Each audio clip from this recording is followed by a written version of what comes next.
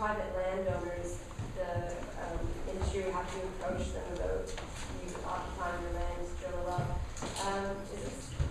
Most of the land here, would that be Crown land? And is there kind of the New Brunswick government just saying it's okay as long as you find gas and it's okay? Or there's both. There's private and public. And there's also different steps, right? So right now is the seismic. We're seeing a lot of the seismic programs.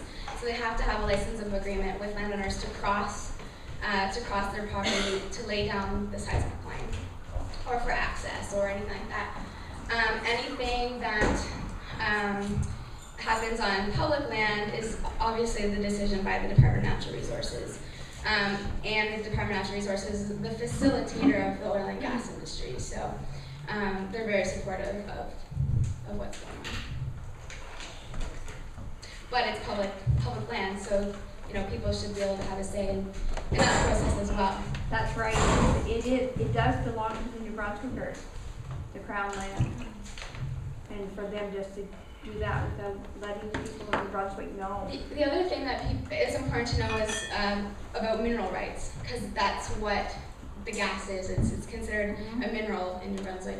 And so New Brunswickers don't own mineral rights. So the government owns them and manages them on behalf of the public trust. And so...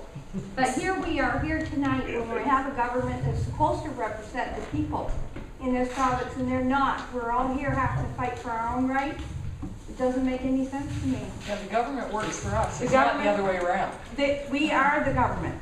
They are representing us. We are all the government. We are the government. They're representing us, and here we are here, and worrying about what's going to happen to our water.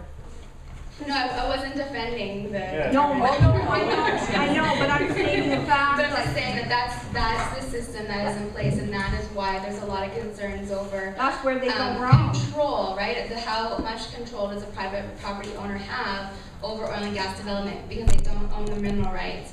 And the technology allows industry to find a place somewhere where they can put a well pad and a drill, and then go directionally, horizontally under people. Then they should have informed the people before they even started this. Yeah, one of the things that I've been saying is talking about a regulatory framework or a phased EIA is really skipping a fundamental part of the discussion that we never had.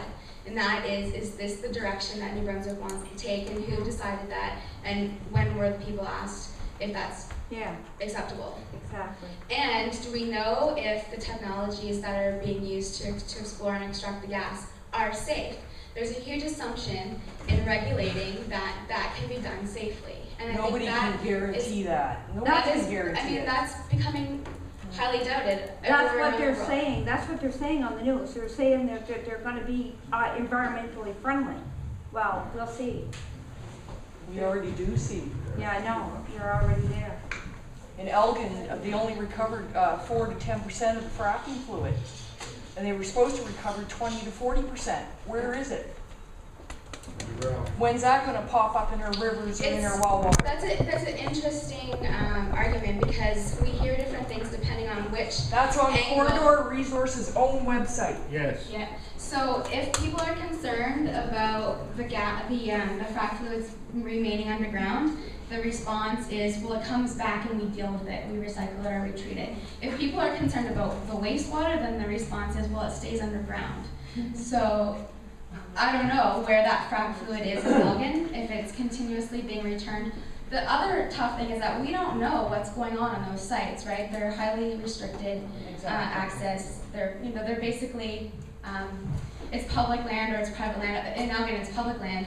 But once that company's been given access to manage that, then that restricts the public access and use to it. And so we don't know specifically what's going on there. We don't know. We do know that 4 and 10% of the frack fluid was returned to the surface in Elgin on those 2 wells. And what did they do with it? That doesn't, what they do with it, they trucked that to Divert, Nova Scotia, where it was sent to industrial wastewater treatment. And is that plant equipped to deal with all the chemicals that are in it? I have no idea, because I don't know what chemicals were used in that process. That's just it, we don't know, and that's the problem. I asked one of the drillers myself, what would he do if he ruined my mother's well? Mhm. He dropped his head and said not a word. Well, another question is it acceptable to compensate or replace water? No, it's not. I Once don't it's want gone, my it's well gone. damaged in the first place. Exactly. I mean, that's another discussion Yeah. later. We're at the stage where we shouldn't have to talk about Yeah. compensation for water damage. No. No, but just the fact Yeah. that he reacted that way Sure. tells us that Well, we're there's seeing something in wrong. Penobscot right now, Potash Corporation is not taking responsibility for 60 lost wells in that community, in Penobscot. It's Potash Corporation, but in my mind, it doesn't matter if it's Potash Corp or it's a gas company. It's big industry moving into town, setting up shop, causing damage, and the onus of responsibility, the burden of proof is being put on to landowners who can't afford to do that, and That's they can't bring forth That's evidence. how everything works in this So province. we get trapped in this kind of cycle of, helplessness, really. Mhm. Well, I heard today, Amanda had her hand raised for water, just. No, thanks. I have two questions. One is about the public meetings that the oil and gas companies do. If they're allowed to talk about job creation at those meetings. Are they allowed to? Definitely, they talk about it a lot. Yeah. Okay, so that's a problem. And then my second question is, although, I don't know, within the last, I'm not sure, this is not a stat or anything, just my kind of observation, a lot of homes have changed to natural gas. And I'm wondering if you're hearing anything from those homeowners to say, you know, what the heck, I thought this was gonna be better, and now, you know, maybe we're contaminating somebody else's water somewhere else. There's definitely kind of, I don't know about, Moncton and how homeowners in Moncton who are on natural gas feel, but I think there's definitely kind of a general concern that we've been duped on the clean energy transition fuel. If it's a transition fuel, we would have transitioned a long time ago. And with a new study that was released just within the last month about methane gas emissions having a much bigger impact on the climate than coal even. So we are trying to see those holes in those I lands. just have a follow-up question to the first question.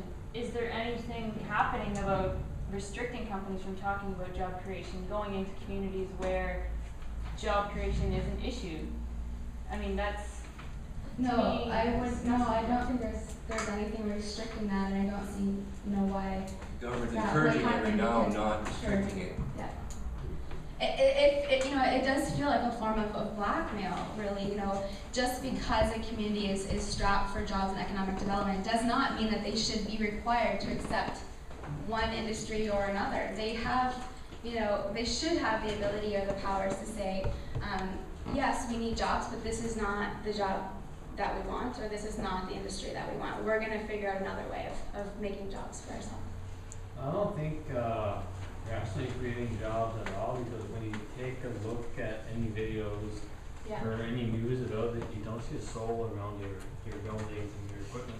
Sure. So a lot of the jobs, the initial jobs, come from this, setting up of the industry, creating the infrastructure, and then a lot of the production of those wells comes back quite quickly. So the curve of production is high, and then it drops off even as much as 5 years after that well has been drilled. And of course, it doesn't take a lot of manpower to watch a well produce gas.